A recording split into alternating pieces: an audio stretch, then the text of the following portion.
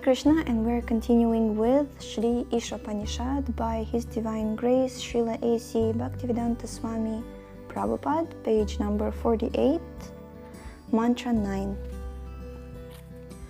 Andham tamah pravishanti ye vidyam upasate tato bhuya ivate tamo ya uvidyayam rata.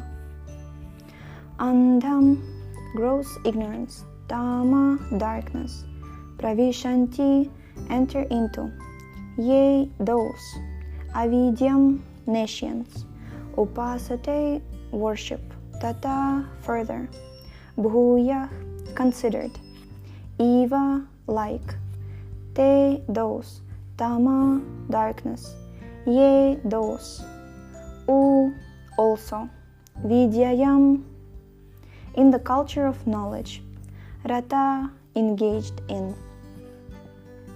Translation: those who are engaged in the culture of nescient activities shall enter into the darkest region of ignorance. Worse still are those engaged in the so-called culture of knowledge. Purport: in this mantra there is a comparative study of vidya and avidya. Avidya, or ignorance, is undoubtedly dangerous, but vidya, or knowledge, when mistaken or misguided, is even more dangerous. In modern human civilization, this explanation of Sri Ishopanishad is more applicable than at any other time in the past. Modern civilization has advanced considerably in the matter of mass education, and yet the result is that people are more unhappy than before on account of too much stress on material advancement without any taste for the most important aspect of life, the spiritual aspect. As far as vidya is concerned, the first mantra of Sri Ishopanishad has explained very clearly that the Supreme Lord is the proprietor of everything, and forgetfulness of this fact is called ignorance.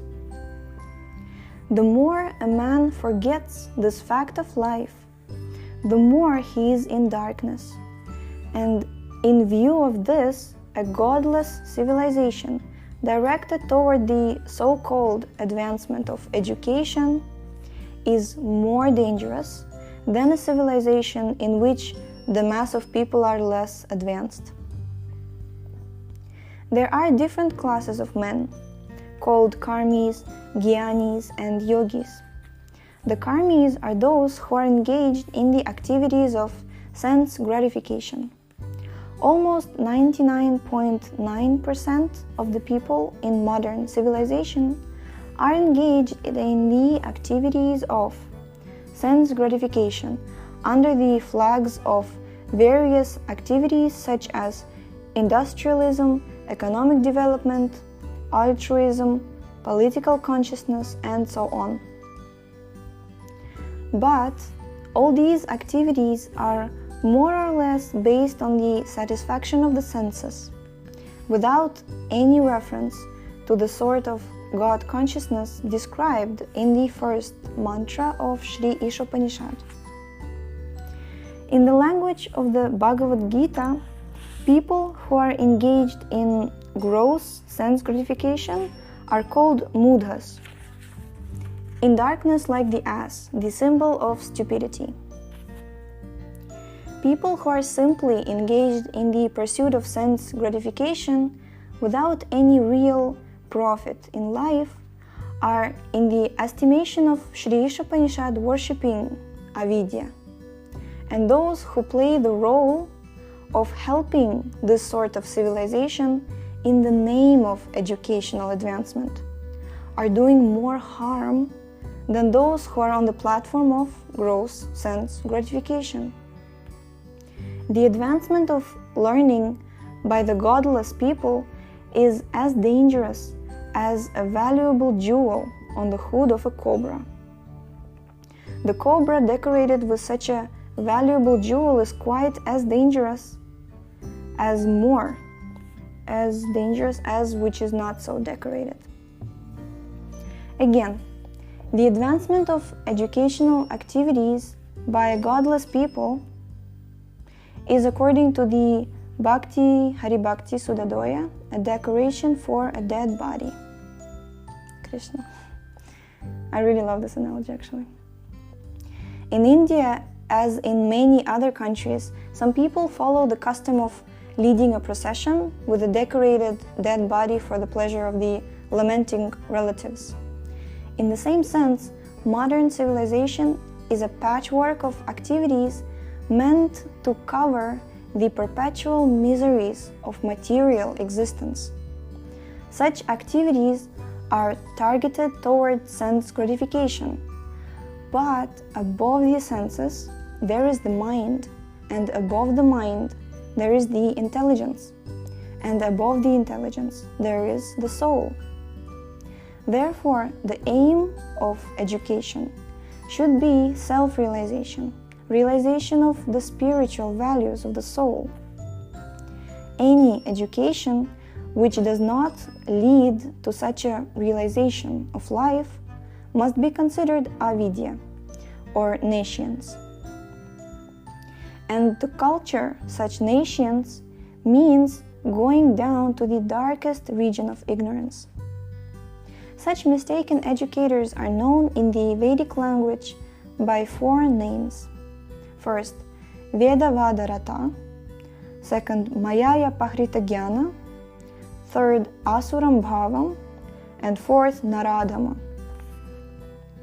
The Vedavada Rata people pose themselves as very learned in the Vedic literature, but unfortunately they are completely diverted from the purpose of the Vedas. In the Bhagavad Gita, it is said that the purpose of the Vedas is to know the personality of Godhead. But these Vedavada Rata men are not at all interested in the personality of Godhead. On the contrary, they are fascinated by such results as the attainment of heaven. As is said in Mantra 1 of Sri Ishopanishad, we should know that the personality of Godhead is the proprietor of everything, and we must be satisfied with our allotted portion of the necessities of life. The purpose of the whole Vedic literature is to awaken this God consciousness in the forgetful living being, and the same principle is presented in various ways in the world's various scriptures for the understanding of foolish mankind. Thus, the ultimate purpose is to bring one back to Godhead. But the Vedavada Rata people, instead of realizing the purport of the Vedas, take it for granted that side issues such as the attainment of heavenly pleasure for sense gratification, the lust for which is the very cause of their material bondage in the first place, is the ultimate end of the Vedas. Such people misguide others by misinterpreting the Vedic knowledge, and sometimes they condemn the Puranas, which are authentic Vedic explanation for layman. The Vedavada Ratas make their own explanation of the Vedas, neglecting the authority of the great teachers called Acharyas. And they tend to raise some unscrupulous person from among themselves as the leading exponent of Vedic knowledge. These men are especially condemned by this mantra of Sri Ishopanishad with the very appropriate Sanskrit word Vidya Rata. Vidya means knowledge, Veda, because the Veda is the original in all knowledge, and Rata means engaged. Vidya Rata means engaged in the study of the Vedas. As such, the so-called Vidya Ratas are condemned here because they do not know what the purpose of the Vedas is, on account of disobeying the acharyas. Such Vedavadaratas are accustomed to finding meaning in every word of the Vedas to suit their own purposes. They do not know that the Vedic literature is not a collection of ordinary books and cannot be understood except through the chain of disciplic succession. One must approach a bona fide spiritual master in order to understand the transcendental message of the Vedas. That is the direction of the Katha Upanishad.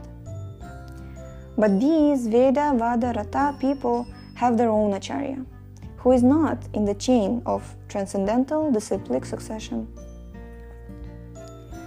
Thus, they will progress into the darkest region of ignorance by misinterpreting the Vedic literature, even more so than those who have no knowledge of the Vedas at all.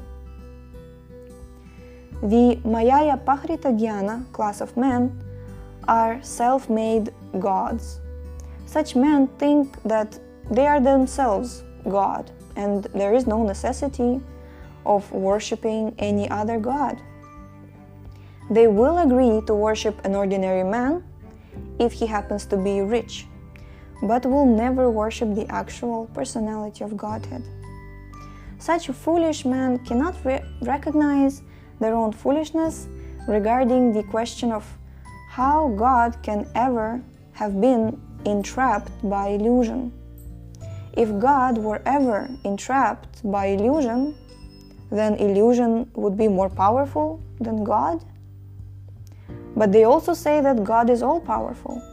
If God is all-powerful, then how can he be overpowered by illusion? The self-made gods cannot answer all these questions very clearly, but they are satisfied that they have become gods themselves. Haribol! Okay. So the link to this book is in the description, and we shall stop here because tomorrow we'll read mantra number 10. So thank you so much for tuning in today, and we shall see you next time. Hare Krishna.